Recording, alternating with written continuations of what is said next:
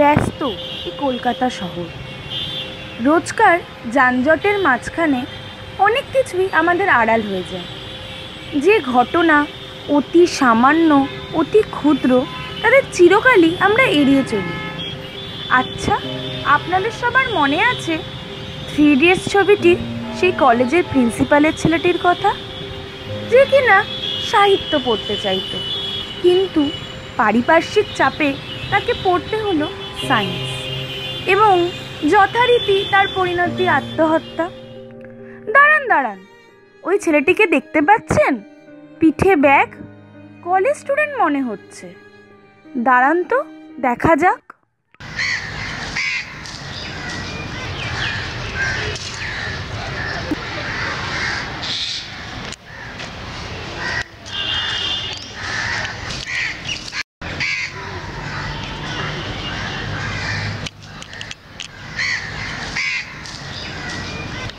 ভাই এখানে একটু বসবো? হ্যাঁ বসুন। দেখে মনে হচ্ছে মনটা খারাপ। হ্যাঁ দাদা, আর বলবেন না। আচ্ছা, ফার্স্ট ইয়ারের রেজাল্ট বেরোবে, এই রেজাল্ট বাবা মেনে নেবেন? সায়েন্সটা আমি কোনোদিনই বুঝতাম না, বাবা কোনোদিনই আমার ইচ্ছে গুরুত্বটা বোঝেনি। মনে পড়ে ঠিক 2 বছর আগে মা হঠাৎ একদিন মারা গেল। বাবা একদিন ঘরে ঢুকলো, সেদিন ছিল 11-এর রেজাল্ট বেরোনো।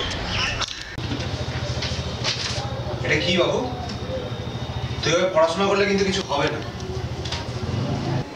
দেখ, আমি তোকে ভালো কিছু করতে বলছি না, তবে দেখ সায়েন্স নিয়ে তো একটু পড়তে হবে, নালে এই র্যাট রেসের বাজারে কি করে কিছু করে খাবি বল? তোর মা কিছুদিন আগে মারা গেল, এটুকু তো একটু দায়িত্ব থাকা উচিত। কিন্তু বাবা, আমি তো সাহিত্য নিয়ে পড়তে চাই। টাকা ইনকাম করবি সাহিত্য পড়ে, কিন্তু সাহিত্য কি তোকে চাকরি দেবে বল? কিন্তু সাহিত্যের মধ্যে আমি একটা আনন্দ পাই বাবা। কি হয়েছে?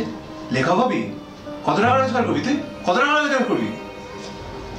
কিন্তু বাবা, আমার যতদূর মনে পড়ে মা কিন্তু সাহিত্য নিয়ে পড়তে ভালোবাসতো, তোমার কারণেই চর্চাটা বন্ধ হয়ে গেছিল ভাই। তাই এত বড় হয়ে গেছিস? হ্যাঁ, কবে কবে জানা তোরা না? আমি চাই তুই সায়েন্স নিয়েই পড়বি, এরপর আর কোনো কথা শুনবো না।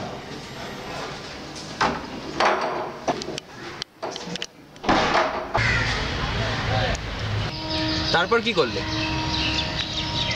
তারপর কোনো মতে পড়াশোনা করে 12-এর রেজাল্টটা ভালো করলো, মোটামুটি ভালোই হয়েছে। কলেজে ভর্তি হলাম ফিজিক্স অনার্সে, তারপর ফার্স্ট ইয়ারে এই result.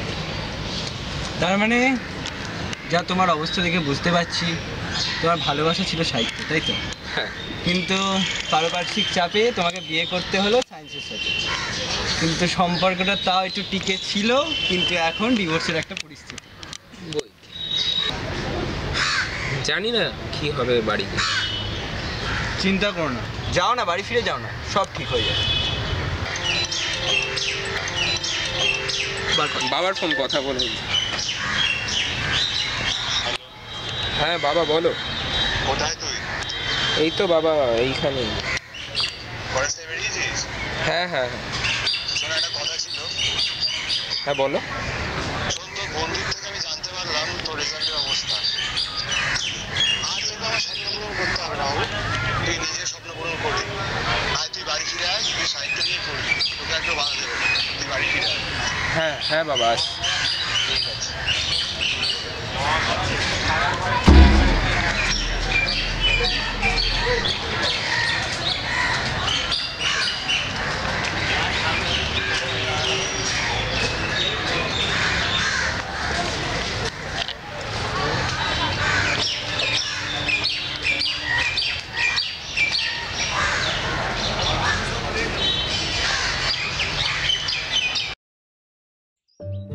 There are more things in heaven and earth than are dreamed of our philosophy.